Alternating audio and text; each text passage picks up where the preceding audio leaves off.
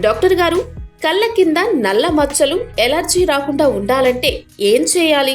ఇప్పుడు మీరు ఏదైతే క్వశ్చన్ అంటే ఈ డాగ్ సైకిల్స్ అంటారో, ఈ క్వశ్చన్ అనేది చాలా మంచి క్వశ్చన్ అండి. ఎందుకంటే ఇది చిన్నపిల్లల దగ్గర అంటే చిన్నపిల్లలు అంటే మెచ్యూరిటీ తర్వాత ఉండే టీనేజర్స్ దగ్గర నుంచి వయసు ఉన్న వాళ్ళల్లో కూడా మనకు ఎక్కువగా చూస్తూ ఉంటాం. మనకు ముఖ్యంగా కంటి కింద నలుపు కానీ లేకపోతే డాగ్ సర్కిల్స్ అనేటివి కంటి చుట్టూ ఉన్న మజిల్స్ పైన ఎక్కువ ఒత్తిడి పడడం వల్ల వస్తూ ఉంటాయి. కానీ కొంతమందిలో ఏంటంటే వంశపారంపర్యంగా చూస్తూ ఉంటాం. ఈ కంటి కింద చారలు కానీ మచ్చలు కానీ మనకు వంశపారంపర్యంగా చూసే వాళ్ళలో మెచ్యూరిటీ తర్వాత ఎక్కువగా వస్తూ ఉంటుంది. అదేవిధంగా కంటికి సంబంధించి ఇప్పుడు టీనేజర్స్ కాదు, లేకపోతే ఎవరైనా ఏ వయసు వాళ్ళైనా మొబైల్స్ కానీ, టీవీ కానీ, కంప్యూటర్ కానీ, ట్యాబ్లు కానీ ఎక్కువ పట్టుకొని ఉన్నారు. బట్ ఇది పట్టుకోవడం వల్ల మనకు కంటి చుట్టూ నలుపు చారలు వస్తున్నాయంటే అది కూడా అవాస్తవం. కాకపోతే ఏంటంటే మనకు కంటిన్యూస్గా ఒక మొబైల్ను కానీ, ట్యాబ్ను కానీ, కంప్యూటర్ సిస్టమ్ కానీ, ల్యాప్టాప్ ముందు కూర్చున్నప్పుడు మనకు ఐ అనేది ఆ విజన్ అనేది దానిపైన ఫోకస్ అవుతూ ఉంటుంది.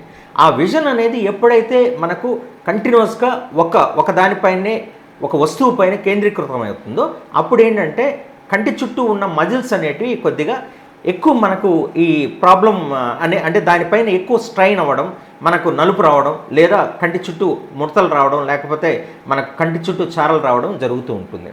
కాబట్టి ఫస్ట్ ఎవరికైతే ఈ కంటి చుట్టూ నలుపు కానీ లేకపోతే చారలు వస్తూ ఉన్నాయో కంటికి సంబంధించి ఏదైనా మనకు ఓవర్ స్ట్రెయిన్ కాకుండా ఉండడం అనేది ఫస్ట్ తీసుకోవాల్సిన జాగ్రత్తలో ముఖ్యమైనది. అదేవిధంగా కంటికి సంబంధించి ఏదైనా పవర్ లేదా సైట్ ఏమైనా వచ్చిందేమో అనేసి ఒకసారి ఆప్థల్మాలజిస్ట్ని కనుక్కొని తద్వారా ఏంటంటే కంటిపైన మనకు ఏదైతే ఒత్తిడి అనేది తగ్గించుకోవచ్చు. ఎప్పుడైతే సైట్ ఉన్నప్పుడు అద్దాలు కానీ లేకపోతే మనకు వాడడం వల్ల కంటి చుట్టూ ఏదైతే మనకు నరాలు కానీ లేకపోతే మజిల్స్ కానీ అనేటివి ఎక్కువ ఓవర్ స్ట్రెయిన్ కాకుండా మనకు అద్దాలు వాడినప్పుడు కొద్దిగా మనకు ఆ ఒత్తిడి అనేది తగ్గుతూ ఉంటుంది.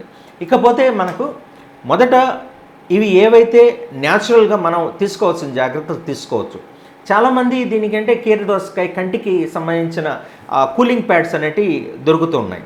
అది కూడా వాడడం మంచిది. ఎందుకంటే కంటికి సంబంధించి మనకు ఏదైనా నల్ల మచ్చలు చారలు వచ్చినప్పుడు ఫస్ట్ రిలాక్స్ అనేది మోడ్లో ఉంటే మనకు ఖచ్చితంగా దాని ఫలితం అనేది రిజల్ట్ అనేది మనకు కనిపిస్తుంది.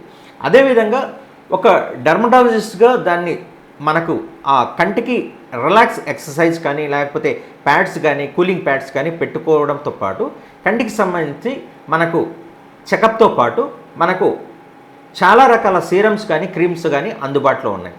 ఒకవేళ ఈ సీరమ్స్ కానీ లేకపోతే ఏదైనా మనకు ఆయింట్మెంట్స్ కానీ ఫలితం రానప్పుడు చాలా రకాల ట్రీట్మెంట్లు అందుబాటులో ఉన్నాయి.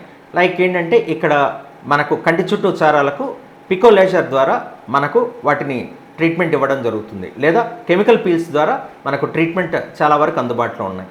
ఒకవేళ ఇదే కంటి చుట్టూ చారలు అంటే డాగ్ సైకిల్స్ ఎక్కువగా ఉన్నప్పుడు బొటాక్స్ తోటి మనకు మంచి ఫలితాలు అందుబాటులో ఉన్నాయి. మనకు బొటాక్స్ అనేది ఇప్పుడు లేటెస్ట్గా యంగ్స్టర్స్లో కూడా చాలామంది వాడుతూ ఉన్నారు.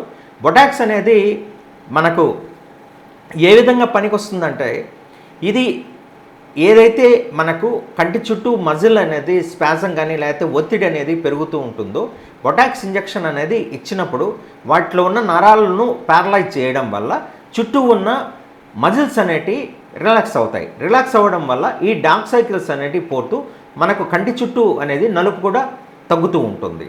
కాబట్టి బొటాక్స్ అనేది మనకు ఫ్రీక్వెంట్గా అనేది వేసుకోకూడదు. కొంతమందిలో ఇది 8 నెలలు, 6 నెలలు, సంవత్సరం కూడా పనిచేస్తుంది.